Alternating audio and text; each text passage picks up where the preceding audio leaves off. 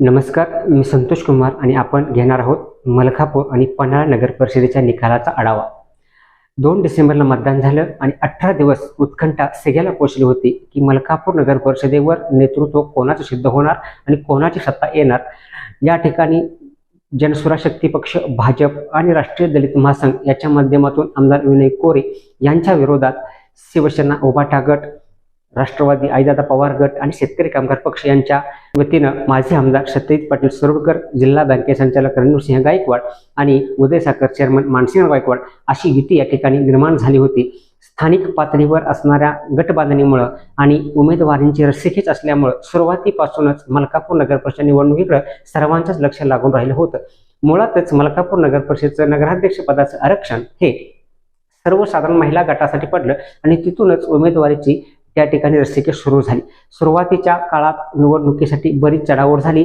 नगराध्यक्ष पदाच्या उमेदवारीची माळ भाजपच्या गळ्यात पडणार की जनसुराज मिळणार याचीच रस्सीखेच सुरू होती। दुसरीकडे मात्र शिवसेना, उभाटा गटानं पहिल्यापासूनच नगराध्यक्ष पदाच्या उमेदवारीबरोबर सावध पवित्रा घेत एक 2च नावं त्या ठिकाणी त्यांनी कायमस्वरूपी चर्चेत ठेवली होती। मात्र भाजप, जनसुराज आणि राष्ट्रीय दलित महासंघ यांच्यात मात्र नगराध्यक्ष पदाच्या उमेदवारावरून चांगलीच चर्चेचं गोराळ सुरू होतं। दुसऱ्या बाजूला प्रभागात लढण्यासाठी देखील अनेकांनी तयारी केली होती। अनेक नवे चेहरे सुद्धा मैदानात उतरण्याच्या तयारीत दिसत होते। कोणालाही या ठिकाणी थांबण्याची मनस्थिती नव्हती। यामुळं पक्षाचं तिकीट मिळो अथवा न मिळो आपण या निवडणुकीत उतरायचंच अशी भूमिका या ठिकाणी काही नवीन चेहऱ्यांनी घेतली होती आणि उमेदवारी अर्ज दाखल करण्याच्या अखेरपर्यंत जवळपास 84 उमेदवारांनी अर्ज दाखल केले होते। त्यामुळे मलकापूर नगर परिषद निवडणुकीत एक वेगळीच रंगत त्या ठिकाणी निर्माण झाली होती। उमेदवारी अर्ज मागवा घेण्याच्या अखेरच्या वेळेपर्यंत अनेकांची मनधरणी करत त्या ठिकाणी जवळपास 55 उमेदवारी अर्ज शिल्लक राहिले। प्रभागातील उमेदवारासाठी लढती निश्चित झाल्या। मात्र दुसऱ्या बाजूला नगराध्यक्ष पदासाठी मात्र चांगली चुरस निर्माण झाली। सुरुवातीला प्रारंभीपासून भाजपचे शेववाडी पन्हाळा प्रभारी प्रवीण प्रभावळकर हे आपल्यालाच उमेदवारी मिळावी यासाठी आग्रही होते, तर दुसऱ्या बाजूला जनसुराज्याकडून उमेदवाराची चाचपणी सुरू होती आणि अखेर या ठिकाणी पुन्हा एकदा जनसुराज्य पक्षाच्या वतीनं रश्मी शंतनू कोठावळे यांच्याच गळ्यात उमेदवारीची माळ पडली। मात्र उमेदवारी अर्ज मागे घेण्यास प्रवीण प्रभावळकर यांनी नकार दिल्याने त्या ठिकाणी नगराध्यक्ष पदाला तिरंगी लढत झाली आणि शिवसेना, उभाटा गटाकडून माया सागर पाटील, जनसुराज्य, भाजप, राष्ट्रीय दलित महासंघाकडून रश्मी शंतनू कोठावळे आणि अपक्ष म्हणून दया प्रवीण प्रभावळकर अशी लढत झाली। एकूण या तिरंगी लढतीमुळे पुन्हा एकदा नगरपरिषद निवडणुकीमध्ये चर्चेला उधाण आलं आणि निवडणुकीत रंगत निर्माण झाली। दुसऱ्या बाजूला अपक्षाने देखील आपले उमेदवारी अर्ज कायम ठेवल्यामुळे अपक्षांची संख्या जवळपास 15 झाली होती। यामुळे काही प्रभागामध्ये अगदी थोडक्या मताने देखील अनेकांना आपला विजय या ठिकाणी गमवावा लागलेला आहे। अखेर मतदान प्रक्रिया पार पडली आणि निकालाच्या दिवशी जी उत्कंठा सगळ्याला पोहोचली होती ती त्या ठिकाणी उघड झाली आणि पहिल्या फेरीमध्ये 1 ते 5 प्रभागापर्यंत जनसुराज शक्ती पक्षाच्या रश्मी कोठावळे या 44 मतांनी आघाडीवर होत्या।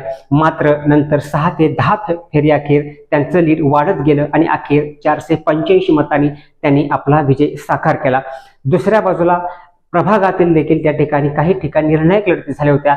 ज्या प्रभागामध्ये अपक्षांची संख्या जास्त होती त्या प्रभागामध्ये देखील विजयी उमेदवाराला चांगलीच कसरत करावी लागली।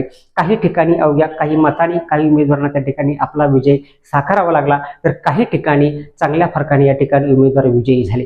प्रभाग क्रमांक 3 मध्ये सुद्धा धक्कादायक निकाल लागला। या प्रभागामधून माजी नगराध्यक्ष शामराव कारंडे हे या ठिकाणी लढत होते, मात्र यावेळी त्यांना पराभवाला सामोरं जावं लागलं। तर याच प्रभाग 3 मध्ये गतवेळी अवघ्या 3 मतांना विजयी झालेल्या जनसुराज शक्ती पक्षाच्या उमेदवार ऐवजी या ठिकाणी पुन्हा उभाटा गटाच्या उमेदवार 7 मतांनी विजयी झाल्या। दुसऱ्या बाजूला प्रभावळकर यांनी नगराध्यक्ष पदाबरोबरच प्रभागातूनही उमेदवार ठेवला होता, मात्र दोन्ही ठिकाणी त्यांना अपयश आलं। एकूणच या निकालाकडे बघत असताना या ठिकाणी विद्यमान आमदार विनय कोरे सावकार यांच्या नेतृत्वाखाली जिल्हा परिषदेचे माजी बांधकाम आणि आरोग्य समिती सभापती सर्जेराव पाटील पेरेडकर, प्रकाश पाटील, माजी नगराध्यक्ष अमोल केसरकर, माजी नगराध्यक्ष शामराव कारंडे, दिलीप पाटील, माजी उपनगराध्यक्ष रमेश चांदणे यांनी शिस्तबद्ध नियोजन केलेलं आणि केलेल्या विकास कामाच्या जोरावर त्यांनी या ठिकाणी आपली भूमिका या ठिकाणी व्यक्त केली होती। शहराला आवश्यक असणारा पालेश्वर पाणी पुरवठा योजना असेल, अन्य विकास कामं असतील, या माध्यमातून त्यांनी या ठिकाणी या निवडणुकीला सामोरे गेले होते।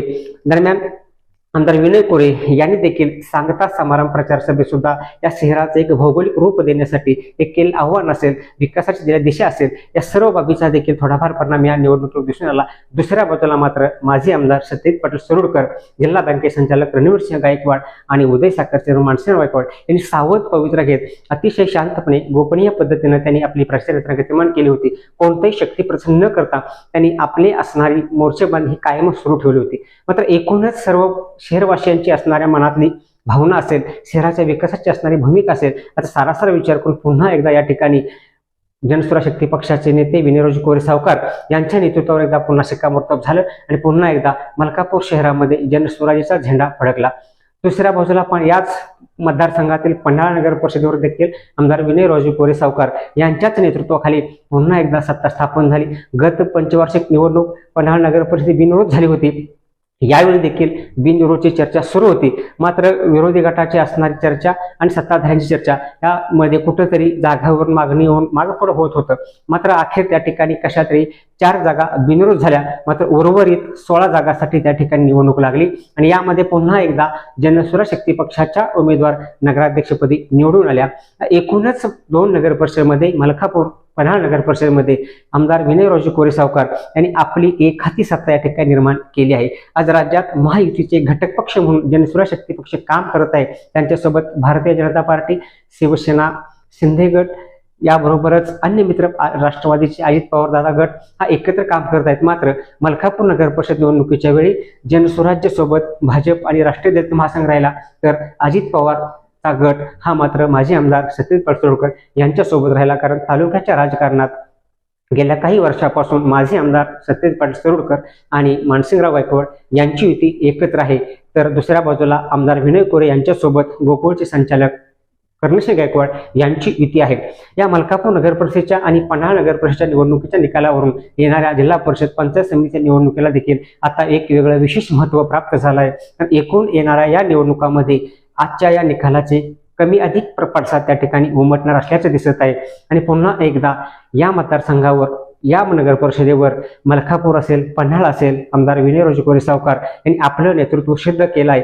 आज मलकापूर शहराच्या अनेक विकासात्मक भूमिका, एक शास्त्रशुद्ध ऐतिहासिक असणारं शहर आणि या ऐतिहासिक शहराला विकासाचा वारसा देऊन एक नवं रूप शहरात साकारण्यासाठी आमदार विनय कोरे यांनी अनेक वेळा या ठिकाणी आपल्या मनोगतातून व्यक्त केलेला आहे.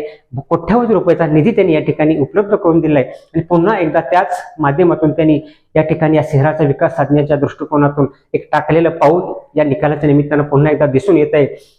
गतवेळी मात्र शिवसेना उभाटा गटाच्या 9 उमेदवार या ठिकाणी विजयी झाले होते. त्यावेळी राष्ट्रवादी एकसंध होती, शिवसेना एकसंध होती. यावेळी मात्र राज्याच्या राजकारणामध्ये झाले फटाफट असेल त्याचे देखील परिणाम काही अंशी मलकापूर नगर परिषद उमटून आले.